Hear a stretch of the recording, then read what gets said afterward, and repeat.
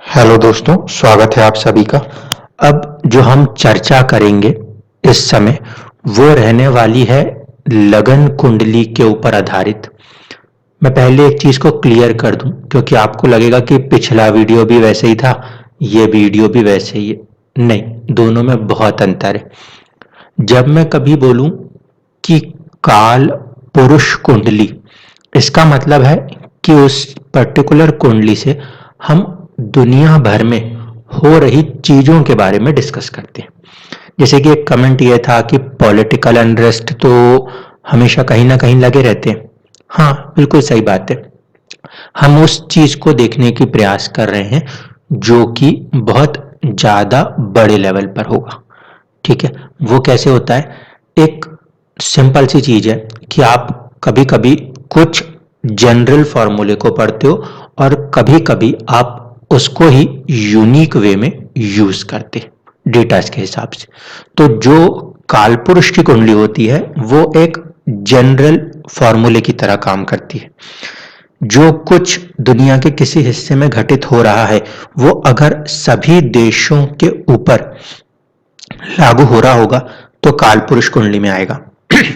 लेकिन अगर किसी पर्टिकुलर कंट्री की बात की जाएगी तो उसके अपने जो लगन कुंडली बनेगी उसके हिसाब से उसके ऊपर उसके प्रभाव कम या ज्यादा होकर आके जाएंगे। वो एक कंप्लीटली मुंडेन एस्ट्रोलॉजीज के पार्ट है जिसमें इलेक्शंस और देशों के बारे में चर्चा की जाती है। हमारा मेन मकसद जो पिछला वीडियो था उसमें यह था कि हम जो चीजों को किताबों में पढ़ते हैं उसको, आप लोगों के पास कोई ऐसी कुंडलियां तो आएंगी नहीं कि लोग आपको कुंडलियां भेज रहे हैं। अब जो रियल लाइफ में इवेंट्स हो रही हैं जो दूसरों के साथ साथ आपको भी प्रभावित कर रही हैं, उन चीजों से कम चीजों को सीखें। जैसे कि जब कोई पेट्रोल का दाम बढ़ेगा, कोई ऑयल में कोई भी प्राइस चेंज होगा, बढ़त हो या घटत हो, तो कोशिश करिए कि शनि को ऑब्जर्व करिए। क्योंकि जब ये दाम बढ़ेंगे या घटेंगे, ये इंसान को देखकर या उसकी कुंडली में देखकर थोड़ी ना कहेंगे कि इसके लिए पेट्रोल के दाम बढ़ गए, उस इंसान के लिए नहीं बढ़े। वो सब पे प्रभाव कर रहे हैं। क्यों? क्योंकि जो कारक ग्रह है वो किसी भी लगन कुंडली में कारकत्व तो हमेशा उन ग्रहों का जो नेचुरल कारकत्व है वो कभी नहीं बदलेगा। सूर्य अगर सरकार और पिता का कारक है तो लगन आपका 1 से लेकर 12 तक कुछ भी हो, कारक सूर्य ही रहेंगे। पेट्रोल जो आपकी ऐसी आयरन स्टील इंडस्ट्रीज है उसके कारक शनि है, तो उसका प्रभाव शनि से देखा जाएगा। और अगर शनि के ऊपर या शनि के द्वारा कोई चीज प्रभावित होगी तो पूरे देश, पूरी दुनिया के अंदर वो प्रभाव देखने होते हैं। ठीक है, इसीलिए जब कभी भी मैं कालपुरुष कुंडली का यूज करूं तो उसे आपको एक जनरल फॉर्मूले के वे में देखना है। और जब कभी मैं किसी लगन को लेकर बात करूंगा तब वो बात बहुत स्पेसिफिक हो जाएगी। ठीक है, अब चलते हैं और बात करते हैं मेष लगन के ऊपर क्या स्थिति है। मैं अभी भी क्लियर कर दूं कि मैं सारी बातों को लगन से बताऊंगा क्योंकि मटेरियलिस्टिक वर्ल्ड के अंदर होने वाले प्रभाव जो हैं वो आपको लगन से समझ में आएंगे। आज हम चर्चा करेंगे गुरु के वक्री होने के क्या प्रभाव देखने को मिल सकते हैं। एक बार पूरी 12 लग्नों में गुरु को ले लेंगे, उसके बाद शनि को लेंगे और फिर उसके बाद काम करेंगे। ये चीज इसलिए 2 अलग अलग हिस्सों में कर रहा हूं क्योंकि जो डेट्स दूंगा वो डेट्स मिक्स नहीं हो जाए। अभी जितनी डेट्स की बात करूंगा वो सब गुरु के साथ जुड़ी हुई रहेंगी। तो चलिए शुरुआत करते हैं। सबसे ज्यादा प्रभाव जिन लोगों के ऊपर गुरु की किसी तरीके से महादशा, अंतरदशा, प्रत्यंतरदशा चल रही होगी उन्हें ज्यादा फील हो रहा होगा। जिनकी दशाएं नहीं चल रही हैं वो लोग उस चीज को कम फील करेंगे। और मेरा पहला पुराना मत था, कुछ लोगों से मेरी चर्चा हुई थी, मैंने कहा था कि नहीं, मैं इसके ऊपर वीडियो नहीं बनाना चाह रहा क्योंकि कुछ लोग जो हैं नहीं भी परेशान होते तो वो सुन के परेशान हो जाते।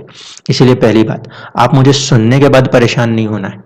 आपके अपनी लाइफ में अगर वो चीज हो रही है तो ही परेशान होना, नहीं तो कुछ लोग कुछ नहीं है उसके बाद भी उसे सुन के नेगेटिव होते हैं। ऐसा बिल्कुल मत करिएगा कि किसी ने बोल दिया बुरा होना है तो अपन नहीं, बुरा हो रहा तो भी बुरा कर रहे हैं, ऐसा नहीं करना।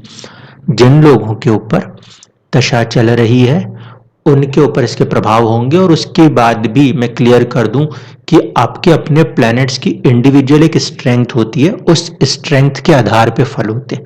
सभी लोगों के लिए गुरु का जो बल है वो एक समान नहीं है, हर एक कुंडली में आपका षडबल अलग अलग होता है, इस बात को ध्यान रखिएगा। इसलिए घबराने और डरने की जरूरत नहीं है, सिर्फ महसूस करिए कि हाँ वो चीज हो रही है तो ठीक है, नहीं हो रही तो आप अपनी इंडिविजुअल कुंडली में बाकी चीजों को देख के समझ पाएंगे। ठीक, अब शुरुआत करते हैं। गुरु जो हैं वो इस समय वक्री अवस्था में 12 नंबर की राशि में बैठे हैं। डेट्स को ध्यान से समझिएगा। ये जो वक्रत्व शुरू हुआ है ये है 29 जुलाई 2022 से, और ये खत्म हो रहा है अप्रोक्सीमेटली 22 नवंबर 2022 को। थोड़ी सी डेट एक दो दिन ऊपर नीचे कर सकते हैं सॉफ्टवेयर से, क्योंकि उसे कैलकुलेट किया हुआ है।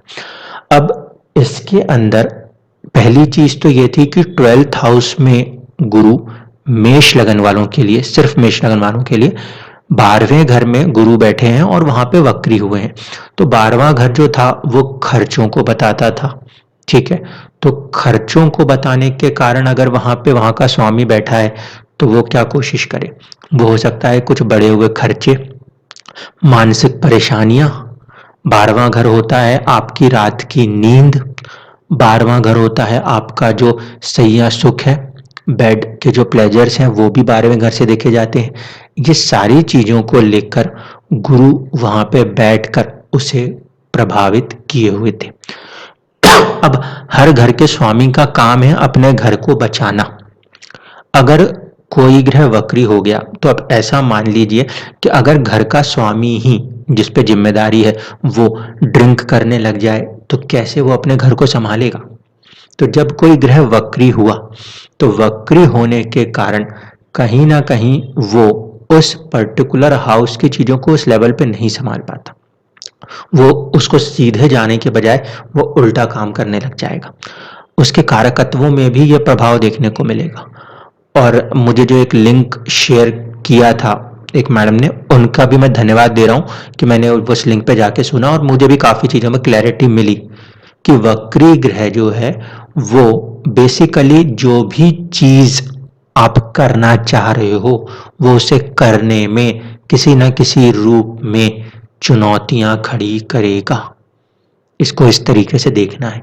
तो यहां पर हम ये कह सकते हैं कि अगर मेष लगन की कुंडली है, 12वें घर में गुरु है, तो आपके जिंदगी के अंदर आपके नींद को, 12th हाउस में नींद होती है, आपके खर्चे होते हैं, विदेश यात्राएं हो सकती हैं, हॉस्पिटल्स हो सकते हैं, इन चीजों के ऊपर कहीं ना कहीं उसका प्रभाव है। जो लोग मैरिड हैं उनके लिए वहां पर वो बेड प्लेजर पे भी इंपैक्ट कर सकता है। ठीक है, तो इतनी चीजों के ऊपर जब गुरु वक्री हुए तो इसमें कहीं ना कहीं थोड़ा सा कमी आना महसूस होना चाहिए, या इसके ऊपर कुछ हद तक चुनौतियां महसूस होनी चाहिए।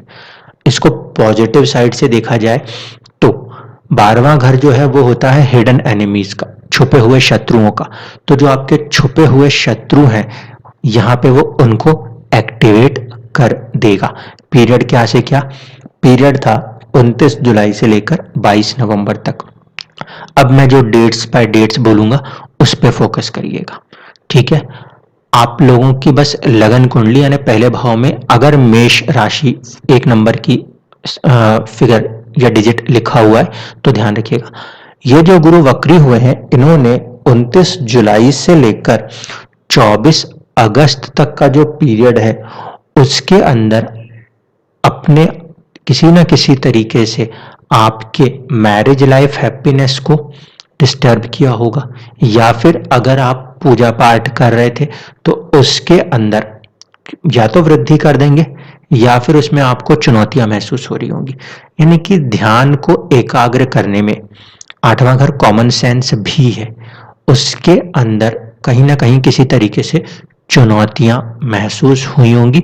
जो लोग मैरिड हैं मेष लगन में उनको मैरिज लाइफ के अंदर यहाँ पे किसी न किसी तरीके से कुछ चुनौतियों का सामना करना पड़ा होगा। 8वां घर जो है वो रहस्यों का भी है, तो हो सकता है उस पीरियड के अंदर किसी किसी रूप में कुछ रहस्यमयी चीजें आपके सामने बाहर आ गई हों। ठीक, अब अगली डेट जो हम ले रहे हैं वो है 24 अगस्त से लेकर 24 सितंबर तक, 24 अगस्त से लेकर 24 सितंबर तक ये जो वक्री गुरु हैं, इनका प्रभाव आपको अपने जिंदगी में किसी भी तरह बिजनेस के अंदर या फिर अपने पार्टनरशिप में या अपने जो पार्टनर है हस्बैंड या वाइफ, उनके साथ किसी तरीके से कुछ डिस्टरबेंसेस, कुछ ऐसी चीजों के साथ महसूस हुआ हो सकता है। वो 12वें घर में ही बैठ के वक्री है, लेकिन उसके जो दूसरे हिस्से हैं किस्मत से उसके प्रभाव कहां पर आ रहे हैं ये बताने की कोशिश कर रहा हूं। इवन दो कि जुपिटर वक्री है 12th हाउस में, लेकिन मेष लगन वालों पे उसका प्रभाव वहां के साथ साथ मैरिज लाइफ हैप्पीनेस पे, इंसान के कॉमन सेंस पे, उसके कंसंट्रेशन पे और उसके बाद में लोगों के साथ जुड़ने में, पार्टनर्स के साथ, बिजनेस में, इन चीजों को प्रभावित किया हुआ था। और ये पीरियड जो प्रभावित कर रहा है ये है 24 अगस्त से लेकर 24 सितंबर तक। इसके बाद जो गुरु का प्रभाव है वो आपके 6th हाउस से कहीं ना कहीं प्रभावित करेगा, तो आपके सर्विस के अंदर आपको किसी तरीके का कोई प्रभाव देखने को मिल सकता है 20 अक्टूबर तक। इस पीरियड में थोड़ा सा सावधान रहना चाहिए, क्योंकि 12वां और छठा ये दोनों चोट और एक्सीडेंट को दिखाते हैं, तो इस पीरियड में अपने हेल्थ पर ज्यादा फोकस रखना चाहिए।